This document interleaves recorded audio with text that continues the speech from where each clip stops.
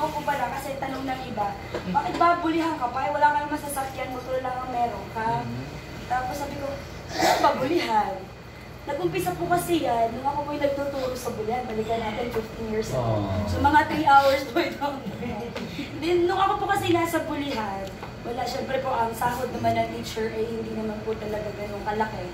Kumbaga sapat-sapat lang.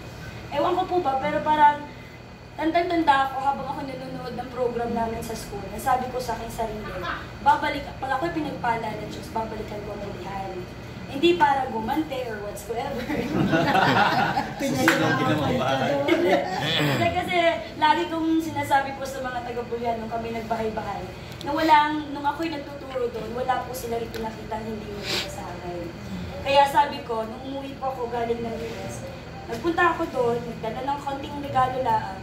Tapos parang, ewan ko, parang sa akin, sa heart ko, may nagsasabi na kailangan mawin mo itong barangay na to. Then after noon, nag-announce ng daddy na may gigavision. Ganon, pupunta sa barangay. Ewan ko kung bakit ang aking nausal ay bulihan. Bakit ang layo kasi? Tapos sabi ko, nabigla ata ako, pwede kang bawin. Sasama na lang ako kay Lemuel Barangay 12. Sa si Lemuel, dito Barangay 12 lang po siya. So, ayun po, tapos na-share ko, kinatinay, kinatintin. Sabi ko, samahan niyo ako. Sa madaling sabi, kaming tatlo, alibasa lagi kami magkakasama sa misyon, gano'n. Sabi ko, samahan niyo ako dito. Di sa madaling sabi ko, kami po ay pumasyal sa bulihan. Dinalo ko yung mga dati kong kakilala. Masaya naman sila, masaya din ako, masaya kami nagkasama-sama. Kumbaga, catch up, kumustahan. Hanggang sa tinatanong na kami, ano ba yung inyong dala, ganyan. Sabi ko, wala po kaming sekta, wala kaming religion na ano. Ang tanging dala lang po namin yung pag-ibig ni Kristo. Kung baga nag-uumapaw po kasi hindi pwedeng wala kami mapasalinan. Sabi nila, oo nga no. Tapos yung pangalawang balik, sige puntahan naman. Ang tanging challenge lang po namin sa bulihan, ang lalayo ng mga bahay-bahay. Talagang bundok, pupuntahan mo yung mga kaputik-putikan, sa mga ilalim ng bundok, yung mga gayon po.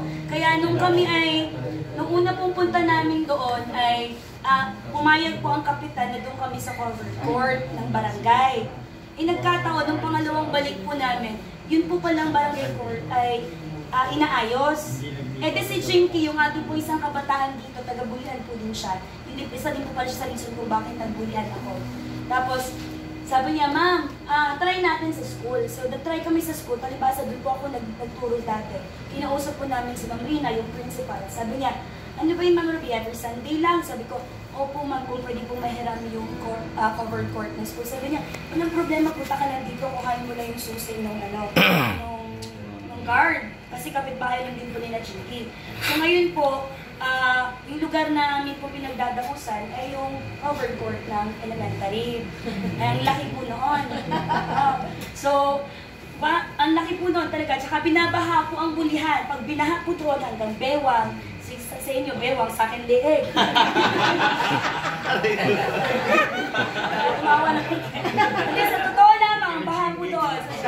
Tapos na po, nung Sunday, ito na nung Sunday. Ngayon, syempre, kumbaga parang mini crusade din po ang ginawa namin. Sabi ko, approximately, baka kailangan natin ng 7,000 pesos para makapagbigay ng kahit konting regalo para sa 100 tao or whatsoever. Ang aking mga kasama, biyaya ng Diyos, ay walang dalawang sabi, kami nagtapong-tapong.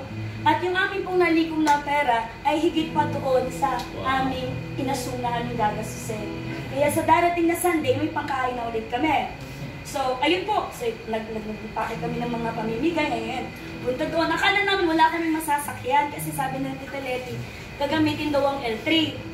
Dadalhin sa kubunan, magdasal ko, okay lang, sige, bigay na natin sa kanila ang L3. Maya-maya po, nung nag-uwian na, sabi ng Tita Letty, Ruby, kabait din ng Tita Letty, kayo na lang ang gumamit ng L3 at hindi naman malayo. Kami magpapadala na lang ng upuan sa kubunan. Sabi ko, sigurado po ba? Sabi, sige. So, madaling sabi, punta po kami ng bulihan. Pagdating po namin doon, nagsisimula na, ang ganda ng tutugan kasi sinabi namin si Lemuel, siya nag-set up. Ako ikaw naman sa barangay 12, ang iyong samahan mo lang kami sa bulihan at kalayo naman noon. Wala kaming manunugtog. Sama siya.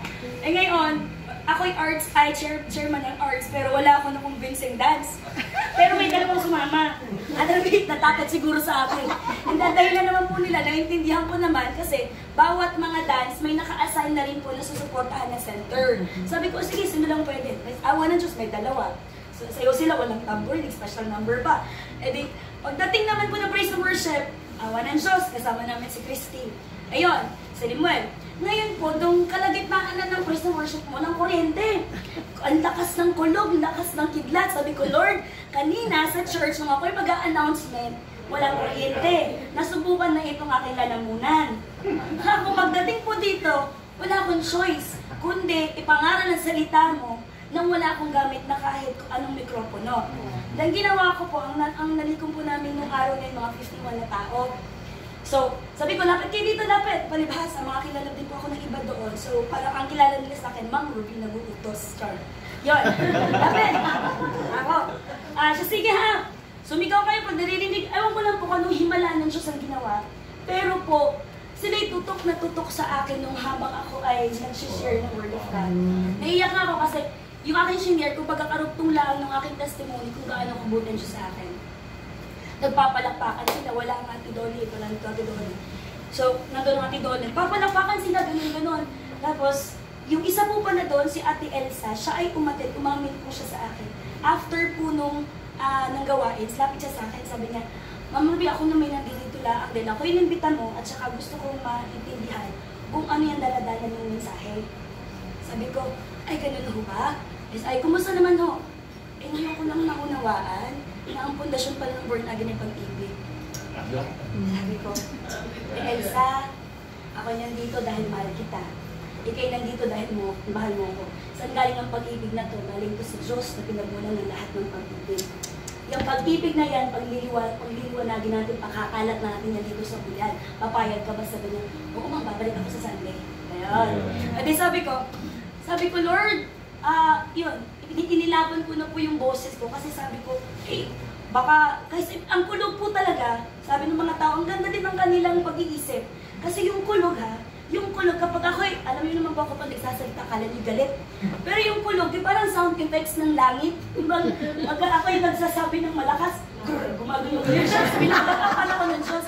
Kaya ginagawa ko naman siya, ginagawa ko siya ng comedy, kumbaga, adigasin, tingnan nyo, ang langit sumasangayon. Hindi pala pangalan ng mga tao. So, sa madaling sabi, natuwa lang po ako kasi parang confirmation yun. Kumbaga, ang langit, kumbaga, hindi naman ibig sabihin na porket umulan ng malakas, ay kumbaga, siguro sinubukan din ng Diyos yung aking kayang ibigay.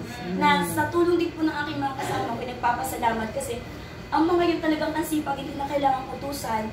Talagang sinuportahan po nila kami, lahat, tulong-tulong, paano pamigay ang mga pagkain, and all ganyan. In other words, kami pong lahat ay naging masaya at tuwang-tuwa at nagalak ang aming mga puso dahil kahit pa paano, nasimulan na po ang barangay. Hallelujah. Huli ha!